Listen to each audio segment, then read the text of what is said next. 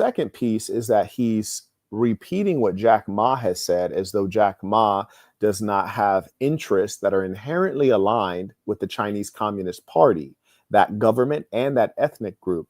You see, the Chinese have a great advantage from a nation state perspective and a nationhood perspective. They're primarily Han Chinese. They all speak Mandarin, or in some cases Cantonese, and they are linked by blood. It is said that blood is thicker than water. It appears that the American melting pot, the primary chemical in there is water. We are not melded together, especially now that we don't have any significant efforts toward assimilation or enculturation into what it is to be an American. For to be an American is an idea, it is of the mind. There is no blood that runs through all of us. There is no language called American. So much of what we are is borrowed from elsewhere, whether we're talking about the language coming from the United Kingdom today, they call it, or we're talking about the genetic stock of the many peoples of the world. To be an American is to have a shared value set and group of ideas which have been done away with over time. And you should know that a people are really not a people unless they share in language, co-location, religion, and spirituality, and values, ideology. That makes you a people. The moment you have Americans so disunited, and we know the signs of this are obvious when we trust so little in our political system that you hear the liberals say, if Trump is elected, I'm moving to Canada, and invariably they're lying. But to even have that kind of rhetoric, which suggests that you would abandon your nation for another nation and you would be a foreigner there and be happier than among your own people, lets us know that you do not view this place as your own people. Talk to me.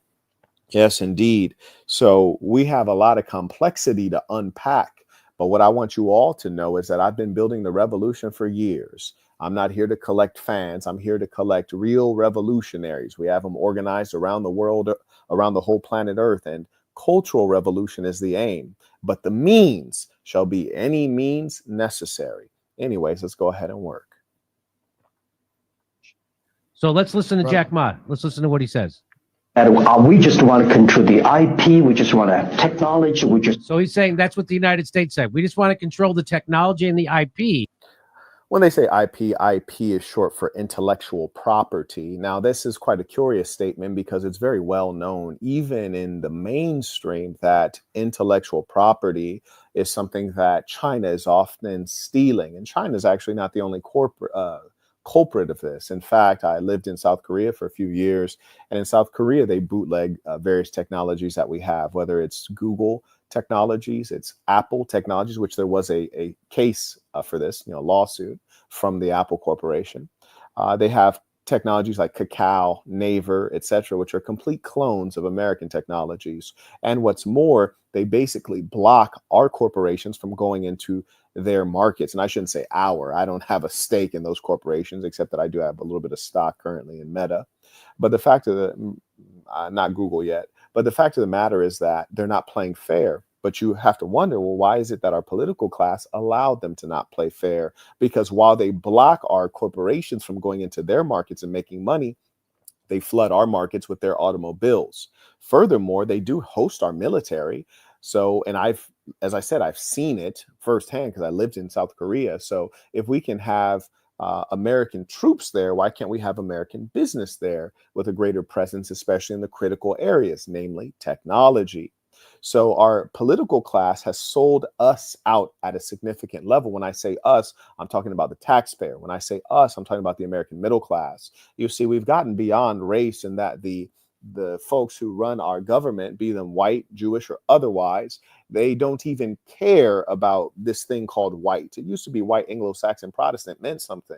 You might screw over the Negroes or the coloreds of some sort, but you'd protect your own. Now, whites don't even help whites. Now the police will beat you in the head, whether you're white, black, blue, purple, or otherwise, because they are merely agents of a corrupt government that is vicious and violent. And that is why you pay taxes, not because you believe or because you're getting benefits like, I don't know, say the people in Oman or the people in Qatar, You're paying because you are being forced. It's a mafia that you're a victim of. And the police, which are a part of a police state, are little more than a gang. But this fellow is mischaracterizing, and he has Jack Ma on here, who is obviously at some level an agent of the Chinese Communist Party. And if he was not supported by the Chinese Communist Party, his company could not have grown as big as it has. He's been at odds with them from time to time, but bro knows how to behave, lest he would like to disappear as though he's a magician. So Jack Ma is certainly, as a Chinese person, whether he has nationalism aligned with that nation state and the Chinese Communist Party, or merely pride in his race and heritage, he is not going to betray them for us. So when we listen to him, we know that we are listening to an agent of China, full stop. Now, this fellow who's speaking right here, he may have some disagreements with the American government, what have you, but it's not quite right to mischaracterize things in this way. I don't think he's an unintelligent man. I think he's a very intelligent man, well-informed, but there are certain types of lies that are dangerous. And frankly, I think that he's lying here. I don't think he's not smart enough to understand.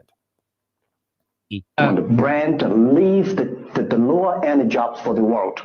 Great strategy. Past 30 years, IBM.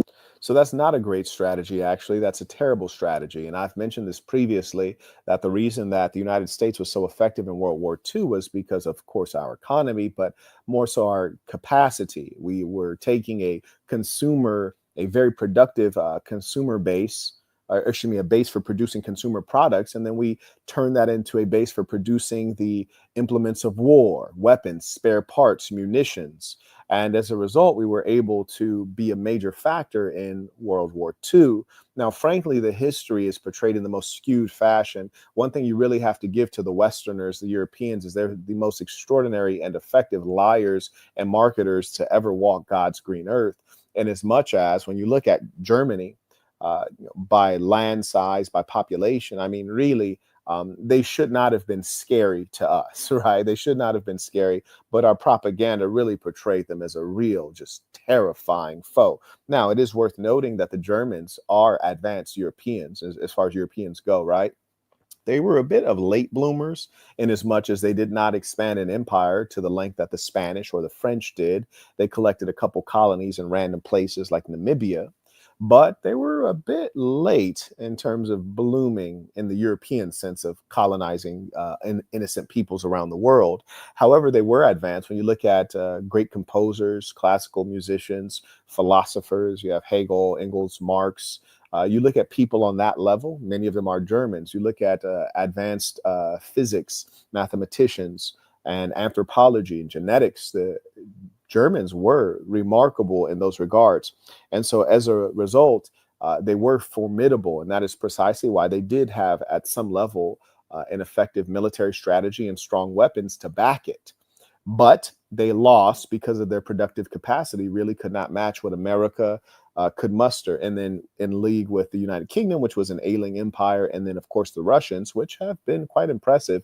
And in my travels throughout Europe and the world, I find that the footprint of the Soviet Union, still remains. It is very impressive what they were able to achieve, and the pity that they fell apart. But that's what happens when you have a guy like Gorbachev coming to lead your country. But also, one of the things I observed, and even the Americans commented on this, when the Soviet Union was in